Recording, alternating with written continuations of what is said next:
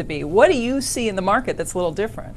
Well, I think when you look at the indexes that are constructed for dividends, you find that most of them didn't perform very well. But that wasn't necessarily because all dividend-paying stocks didn't perform well. That was because they were focused in the wrong sectors. They were focused in those non-cyclical sectors that have very stable dividend policies, but when rates start moving up, those tend to get hurt the worst. So, we feel that the dividend growth sectors are the places that you should be. And what then is a dividend growth sector? So, for example, technology has grown its dividend, just the S&P 500 technology sector, by about 36% over the last 3 years.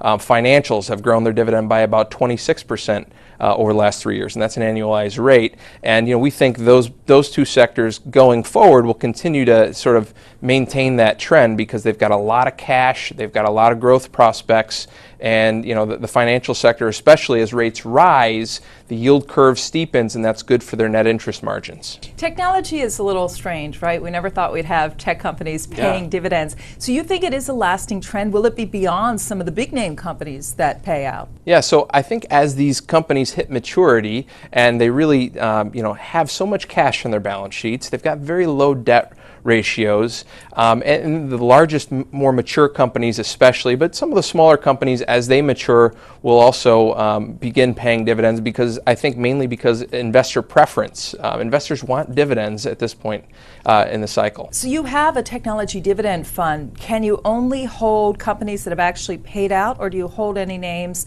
that might pay out in the future? Yeah, so the way that the index is constructed is that it actually rebalances on a quarterly basis, at which time names can be added to the portfolio, but they have to have paid a dividend in the past. So we're not looking to guess who's going to pay a dividend. It actually has to have proven itself and paid a dividend.